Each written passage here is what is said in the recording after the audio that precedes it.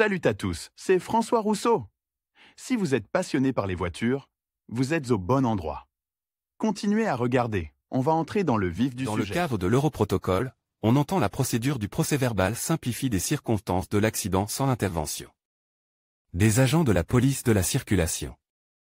Cette procédure est utilisée depuis longtemps dans les pays développés et a acquis un statut juridique en Russie en 2009. L'Europrotocole est essentiellement une forme de notification spéciale de l'accident impliquant deux parties, permettant à la victime de recevoir des indemnités de la compagnie d'assurance, à condition qu'un certain nombre de conditions soient remplies. L'Europrotocole dans un accident de la route permet de simplifier la procédure de son enregistrement afin d'alléger la charge sur l'autoroute et d'éviter la formation d'embouteillages sur les routes. Europrotocole, historique des changements. La première version des conditions dans lesquelles il était possible d'utiliser la procédure Europrotocole supposait que deux véhicules étaient impliqués dans un accident de la route, qu'il n'y avait pas de victime ni de désaccord dans l'évaluation de l'accident, et que les deux parties avaient une police d'assurance CMTPL. Dans le même temps, le montant maximum des indemnités d'assurance était limite à 25 000 roubles.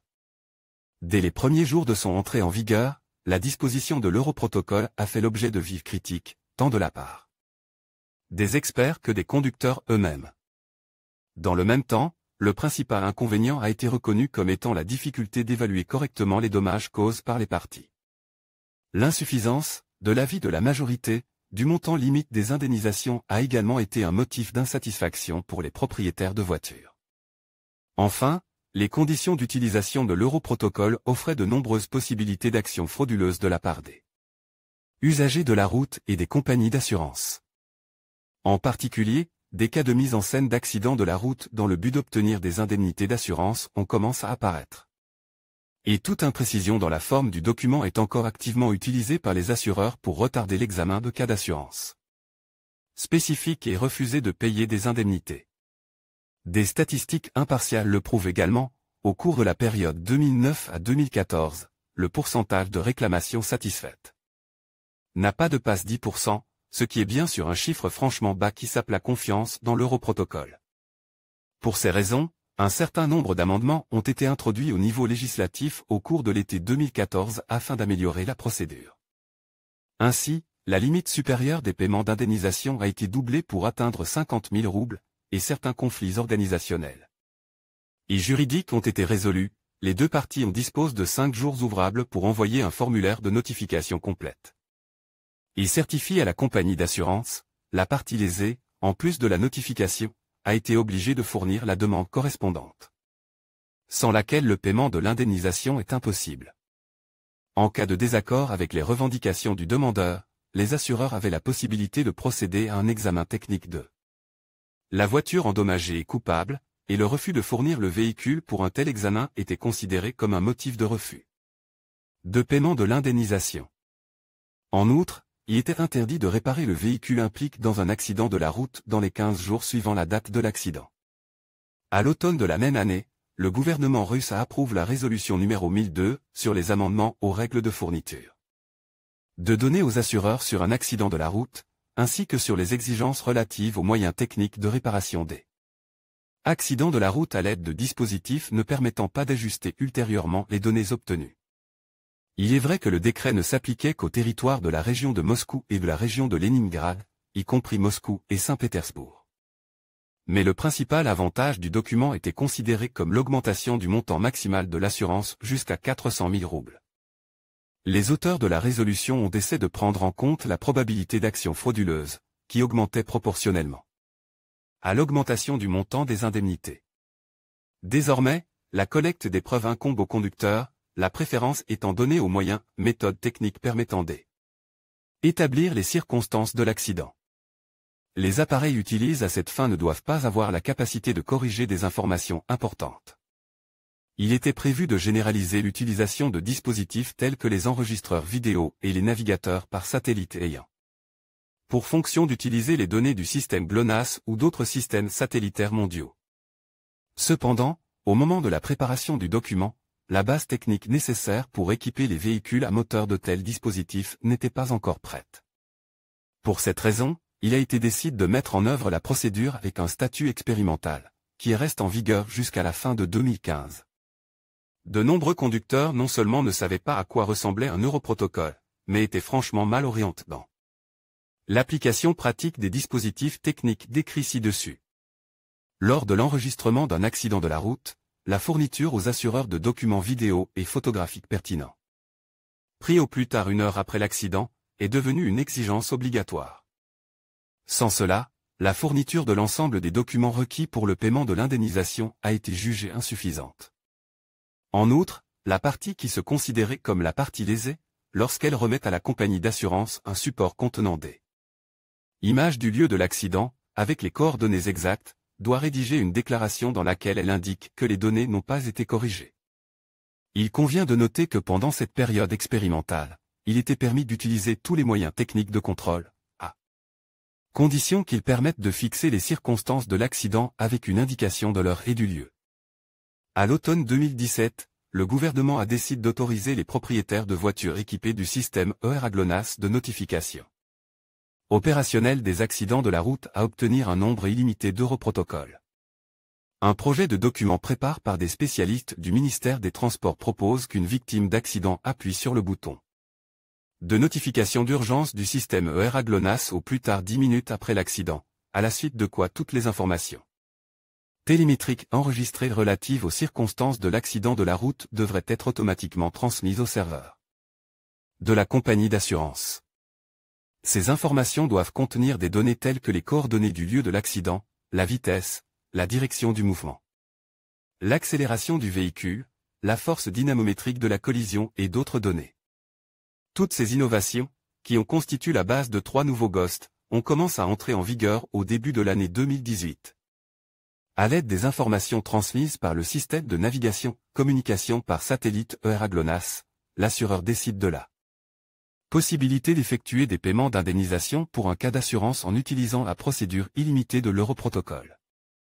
Dans le même temps, la nécessité d'établir des formulaires standards de déclaration d'accident de la route n'a pas été supprimée. Une autre innovation est la possibilité d'utiliser l'europrotocole dans les cas où les parties ne sont pas d'accord sur la responsabilité de l'accident. Les données relatives aux accidents de la route peuvent également être enregistrées à l'aide de smartphones, à condition d'utiliser une application spéciale autorisée par la RAMI. De nouvelles modifications de la procédure d'établissement des accidents de la route à l'aide de l'europrotocole ont été introduites en mai 2018. Selon eux, le seuil maximal pour les paiements d'indemnisation passe à 100 000 roubles. Cette disposition est entrée en vigueur à partir du mois de juin et n'a touché que les régions où il n'existe pas de régime illimité d'enregistrement de l'europrotocole.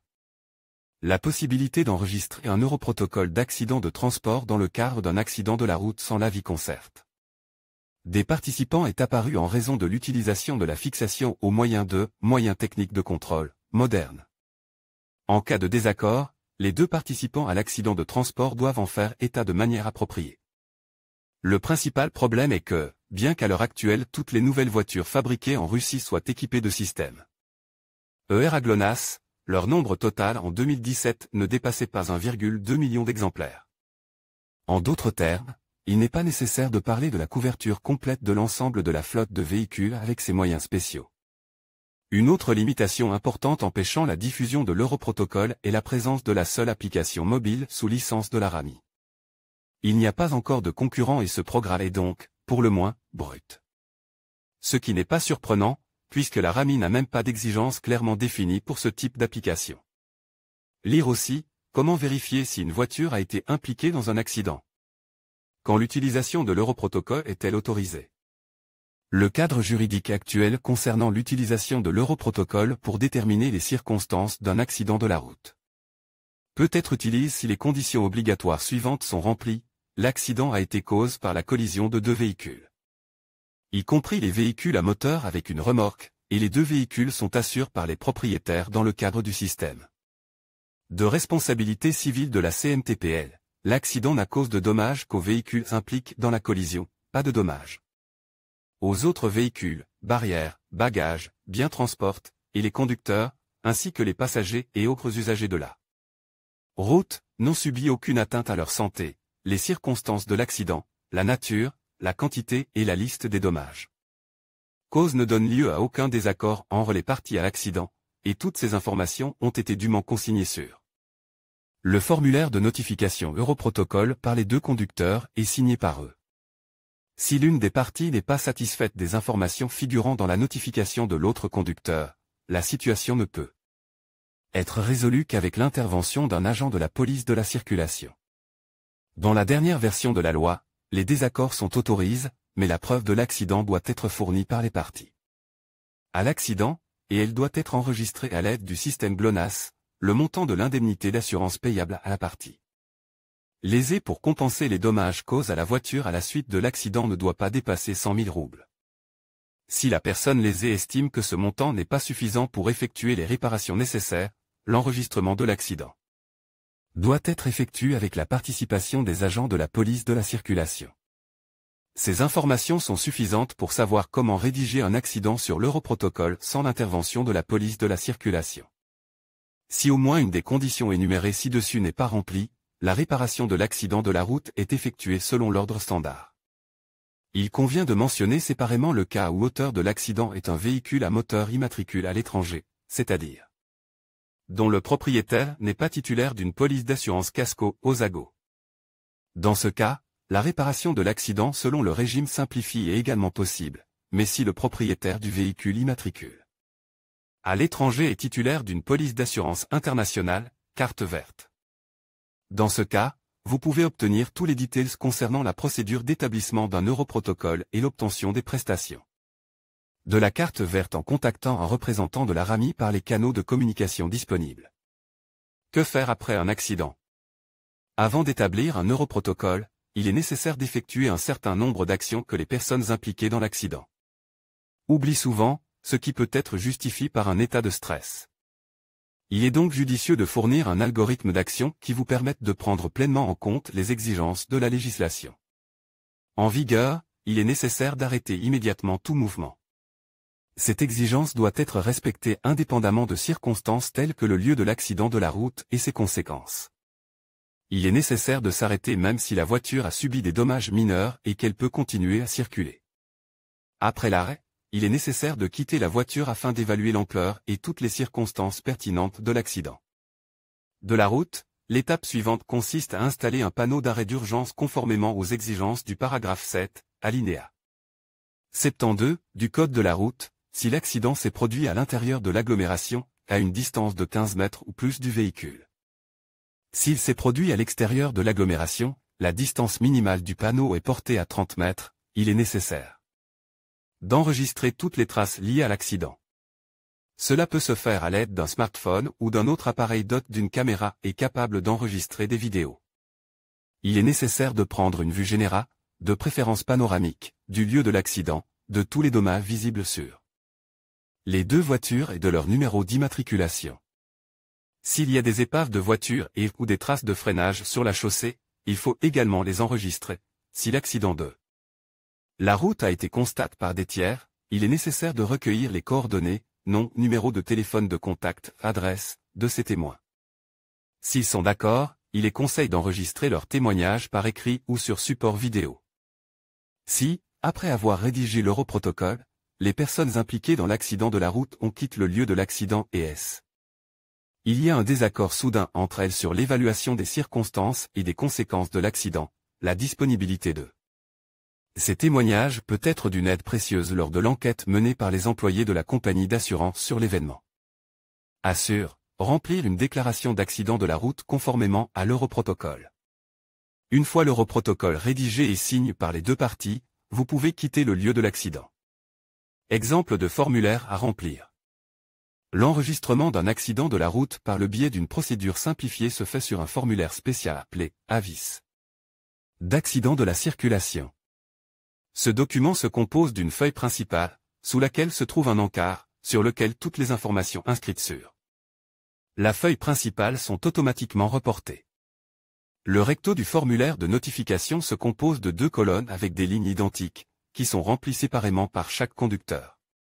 Au verso, toute information complémentaire relative à l'accident, certifiée par les deux parties, est inscrite.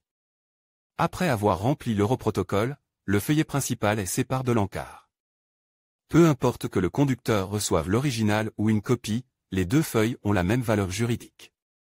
Ces dernières années, le troisième feuillet contient souvent un exemple de remplissage de l'Europrotocole, qui peut être utilisé par les deux conducteurs pour éviter les erreurs et les imprécisions susceptibles d'entraîner un refus de paiement de l'assurance. Ou puis-je obtenir un formulaire Europrotocole si, pour une raison quelconque, les deux parties à un accident de la route ne l'ont pas? La façon normale de l'obtenir est de le demander gratuitement au représentant du CI lors de l'établissement du contrat. Il est possible de pallier son absence en s'adressant au bureau du CI avec une demande correspondante, mais dans la plupart des cas, une telle possibilité semble irréaliste. Une autre solution consiste à télécharger le formulaire et à l'imprimer, mais dans ce cas, la fonction d'autocopie ne sera pas disponible. Et il sera nécessaire de remplir le document 2 fois, et de manière absolument identique. Règle de rédaction d'un Europrotocole. Lorsque l'on commence à rédiger un Europrotocole, il faut s'assurer qu'il y a un verso et un recto du document, ainsi qu'un encart. Avec la fonction d'autocopie. Lorsque vous remplissez le recto du document, veillez à ce que les informations figurant sur la feuille inférieure soient entièrement remplies. Lors de la saisie des données, n'utilisez qu'un stylo ordinaire, les stylos à encre ou à gel s'effacent lorsqu'ils sont mouillés. Et les inscriptions au crayon peuvent être facilement effacées à l'aide d'une gomme à effacer. N'oubliez pas que s'il y a des désaccords mineurs, comme le choix du formulaire, qui doit être présent dans les deux voitures, ou le choix de la personne qui remplit le formulaire, ou l'obtention de l'original ou de la copie du document, ils devront être résolus. En faisant intervenir un agent de la police de la circulation, de sorte qu'il faut toujours être prêt à faire des compromis, au moins. Sur les questions sans importance. Lire aussi, qu'est-ce qu'une mono-injection dans la voiture, quels sont ses avantages et ses inconvénients. Vous devez commencer à remplir la déclaration en commençant par le recto, qui contient de nombreux champs que les personnes impliquées dans l'accident remplissent à tour de rôle, l'un à gauche du formulaire, l'autre à droite. Ces champs décrivent toutes les informations relatives aux circonstances de l'accident, en particulier celles qui permettent de déterminer si l'événement relève de l'événement assure. Il est particulièrement important de respecter les règles d'établissement d'un Europrotocole lors d'un accident de la route dans L. Édition 2018, en remplissant le point 14 du formulaire. C'est ici que sont précises les details des dommages subis, leur étendue et leur nature. Il faut essayer de décrire ces dommages de la manière la plus détaillée possible, tout en étant concis. La difficulté réside dans la coordination de ces données avec l'autre partie à l'accident, car celle-ci peut ajouter au protocole des défauts qui ne sont pas liés à l'accident. Pour décrire ces dommages, il est recommandé d'utiliser des termes courants tels que rayures, bosses, fissures, décollements, qui caractérisent les caractéristiques externes des défauts détectés lors de l'inspection. Il est tout à fait possible que des défauts cachés ne soient pas détectés immédiatement. Dans ce cas, il existe des recommandations appropriées, qui seront examinées ci-dessous. Le 16e paragraphe de l'Europrotocole, qui décrit les circonstances de la collision, n'est pas moins important. Celles-ci doivent également être décrites le plus brièvement possible, mais de manière succincte, sans omettre aucun aspect de ce qui s'y passe. Il est important de mentionner les manœuvres de la voiture immédiatement avant et pendant l'accident, en tenant compte des nuances suivantes. Se garer n'est pas la même chose que s'arrêter.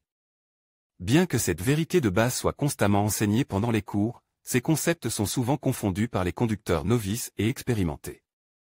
En indiquant « stationnement », en le procès-verbal alors que vous vous êtes arrêté à un feu rouge, pendant lequel la collision avec un autre véhicule a eu lieu, vous risquez de ne pas être indemnisé par l'assurance à cause d'un fait apparemment aussi anodin. Les assureurs aiment s'attaquer à ce genre d'inexactitude, si la collision s'est produite lors d'un dépassement ou d'un changement de voie, ces manœuvres sont indiquées dans la notification comme suit, changement de voie, ou dépassement.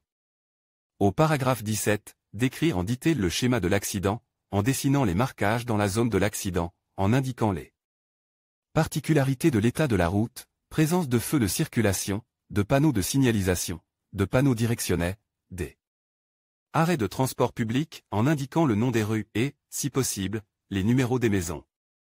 La taille du champ, circonstances, étant limitée, il se peut que vous ne puissiez pas l'insérer.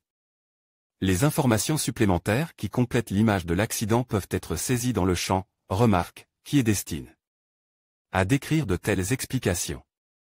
Il convient de noter que l'autre partie à l'accident doit être d'accord avec la version de la description de l'accident de la route que vous avez inscrite de votre code de la vie. Dans le cas contraire, le formulaire sera gâché, l'autre partie ne sera peut-être pas présente et vous devrez appeler un agent de la circulation pour réparer l'accident.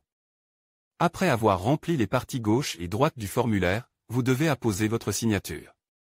Vous devez signer à la fois votre moitié du formulaire et celle de l'autre personne, après l'avoir soigneusement examiné pour y déceler d'éventuels details non coordonnés concernant l'accident de la route.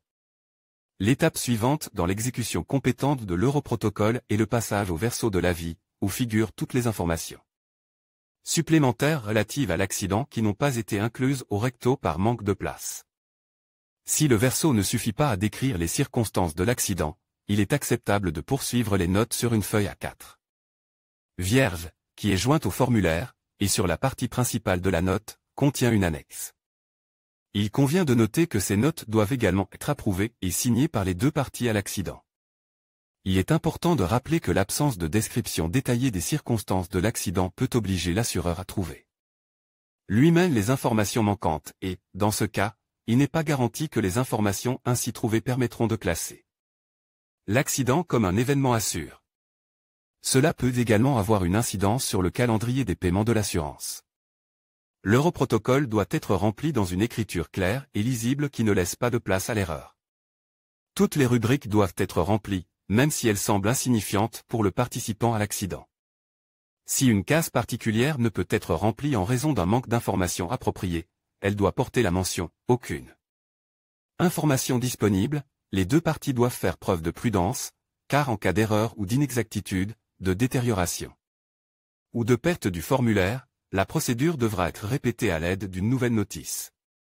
Si l'Europrotocole a été établi et divise, mais qu'il s'est avéré par la suite qu'il manquait des informations importantes qui avaient été omises auparavant, celles-ci peuvent être ajoutées ultérieurement au recto et au verso du formulaire, les ajustements, corrections et ajouts étant certifiés par les signatures des deux conducteurs. Il convient de noter que la connaissance de la manière de remplir l'Europrotocole sera très utile, mais il y a toujours un risque qu'à un certain moment l'accord sur les details soit dans une impasse, ou qu'après l'établissement du formulaire, l'autre partie refuse de le signer. Dans ce cas, il n'est pas possible d'appliquer la procédure simplifiée en cas d'accident. Pour résoudre le désaccord, un représentant de la police de la circulation devra intervenir et appliquer la procédure normale d'enregistrement de l'accident. Procédure après l'enregistrement de l'Europrotocole. Si les circonstances de l'accident ont été enregistrées à l'aide de moyens techniques automatiques conformes à la version actuelle du règlement, les informations obtenues et les photos et vidéos qui les accompagnent peuvent être automatiquement transférées à la compagnie d'assurance. Dans le cas contraire, chacune des parties à l'accident de la route dispose de 5 jours pour remettre l'Europrotocole dûment rempli à la compagnie d'assurance. Après s'être rendue au bureau de l'assureur, la personne lésée doit remettre au représentant de la compagnie sa partie de l'avis.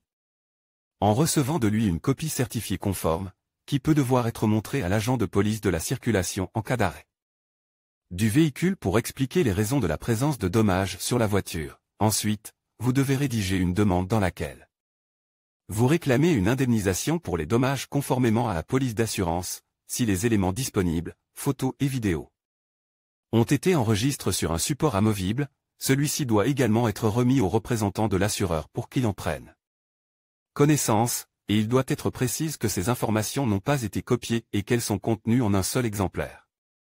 Si la personne lésée n'est pas d'accord avec la décision de la compagnie d'assurance sur la base des informations fournies ou recueillies, elle peut procéder à une expertise indépendante de son propre véhicule et de l'autre véhicule.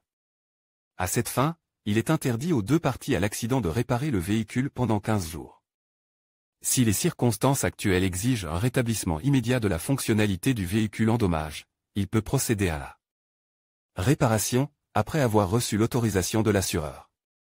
Comme vous pouvez le constater, le respect de toutes les normes de la loi lors d'un accident de la route qui n'a pas donné lieu à des poursuites judiciaires est également très important. Un Europrotocole correctement rempli vous permettra d'accélérer la décision favorable de la compagnie d'assurance.